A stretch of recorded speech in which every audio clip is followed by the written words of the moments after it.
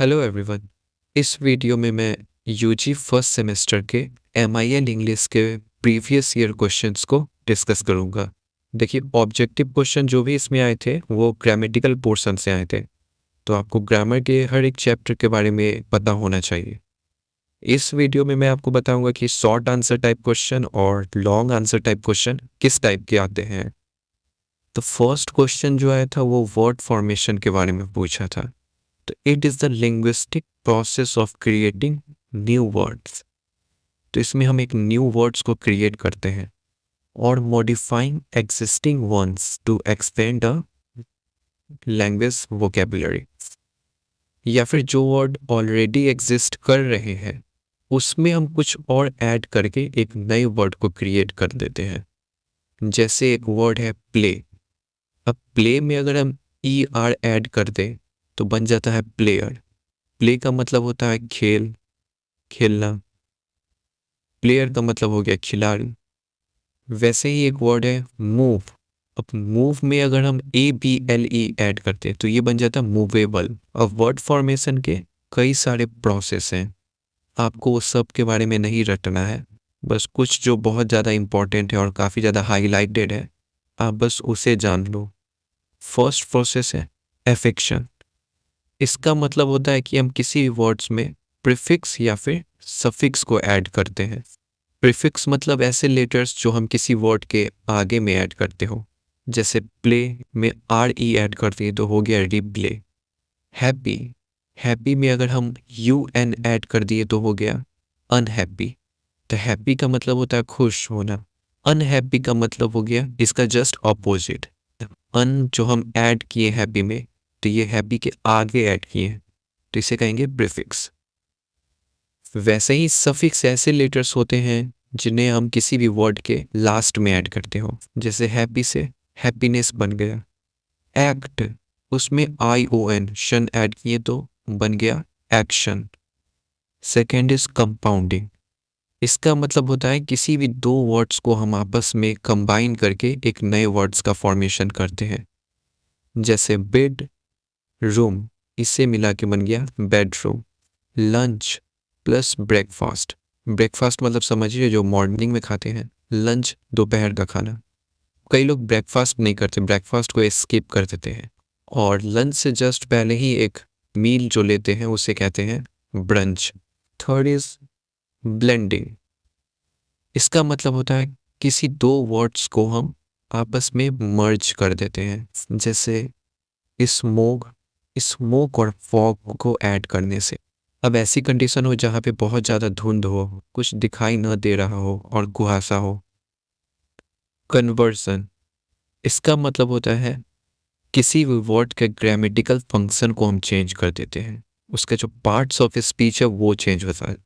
जैसे drink as a noun के तौर पे भी यूज हो सकता है और ये वर्ब के तौर पे भी यूज हो सकता है। अगर पूछें कि आप इनमें से कौन से ड्रिंक लेना चाहोगे तो यहाँ पे ड्रिंक जो है हम किसी सामान को कह रहे हैं और किसी भी चीज़ के नाम को हम नाउन कहते हैं। तो यहाँ पे जो वर्ड है drink as a noun use हो रहा है।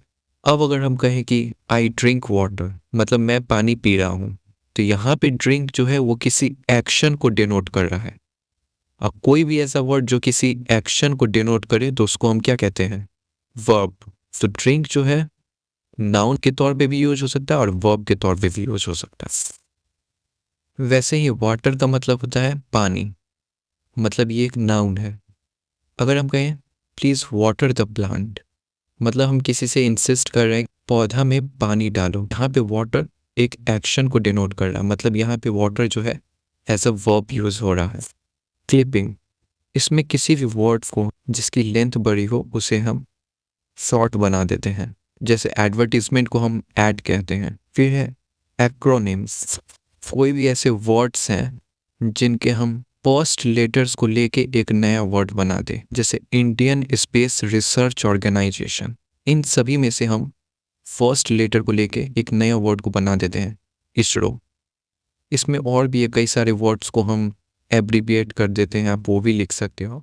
नेक्स्ट क्वेश्चन था role of attire and appearance in communication.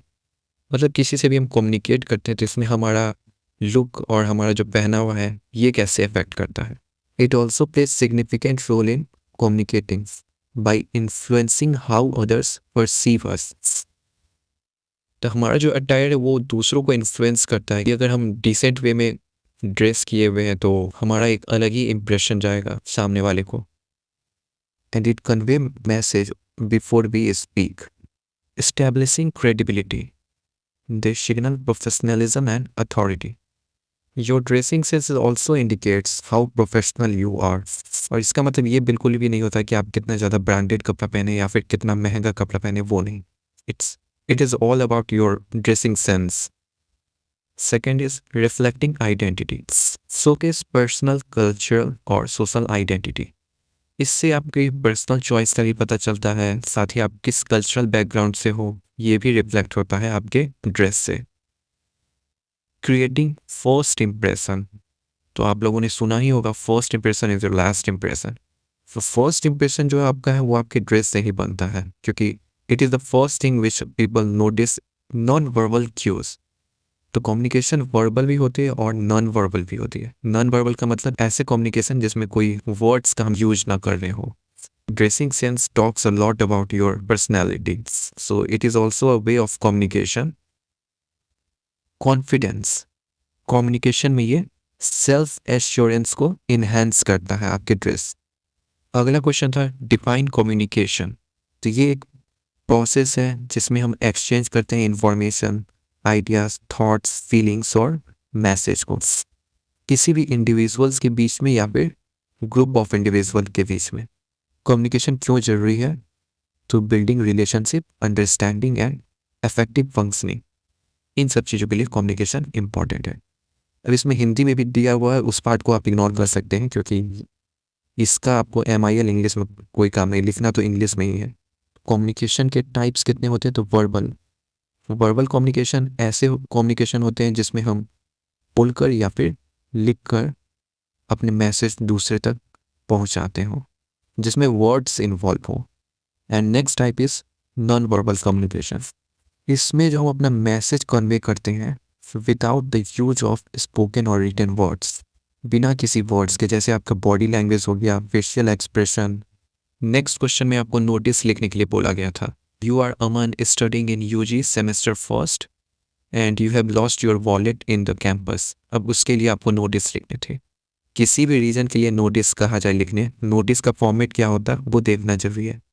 Organisation का नेम, जैसे यहाँ पे कॉलेज कैंपस में आपका वॉलेट गिरा है तो आप कॉलेज का नाम लिखेंगे। प्रेफर करना है कि इसे कैपिटल लेटर में ही लिखें। फिर एक लाइन छोड़ के लिखना होगा नोटिस, एक लाइन छोड़ के फिर डेट लिखना होगा, टाइटल, फिर नोटिस का कंटेंट और लास्ट में आपका नेम एंड डेजिग्नेशन। डेजिग्नेशन में आपका पोस्ट, अगर आप स्टूडेंट है तो स्टूडेंट लिखो, स्कूल कैप्टन है तो स्कूल कैप्टन लिखो, या फिर आपके अकॉर्डिंग अपना डेजिग्नेशन। जैसे एग्जाम्पल के तौर पे आप देख सकते हैं ये आपका कॉलेज नेम लिखाएगा, फिर नोटिस, डेट, वॉलेट खो गया है इसलिए लिख रहे हैं तो लॉस्ट वॉलेट, ये टाइटल हो गया। उसके बाद आप अपना नोटिस लिखेंगे, इस टाइप से स्टार्ट करनी है। This is to inform you that अगर क्वेश्चन में नाम दे रखा है आपको वही नाम को यहाँ पे लिखना, और अगर एज सच कोई नाम नहीं दे रखा तो आप अपने तरफ से लिख सकते हो, अपना नाम लिख सकते हो। अब वॉलेट के बारे में ब्रीफ डिस्क्रिप्शन भी देना, वो किस कलर का था, किस ब्रांड का था और उसमें क्या क्या चीज़ था, और फिर अपना कॉन्टैक्ट डिटेल देना। अगर किसी को मिले तो इसी नंबर पे आप कॉन्टैक्ट कर सकते हो। लास्ट में आपका नाम। Next question, what are the barriers of communication. तो कम्युनिकेशन के क्या क्या बैरियर्स हैं, ये तो कम्युनिकेशन इन एवरीडे लाइफ इसका टॉपिक है, लेकिन ऐसा क्वेश्चन भी पूछ लेता है MIL इंग्लिश में। फर्स्ट इज फिजिकल बैरियर, तो इसमें आ जाता है डिस्टेंस। अगर जो भी आपस में कम्युनिकेट कर रहे हैं उनके बीच काफ़ी ज़्यादा डिस्टेंस है तो टेक्नोलॉजी की वजह से या अन्य किसी रीज़न से इंटरप्शन हो सकती है।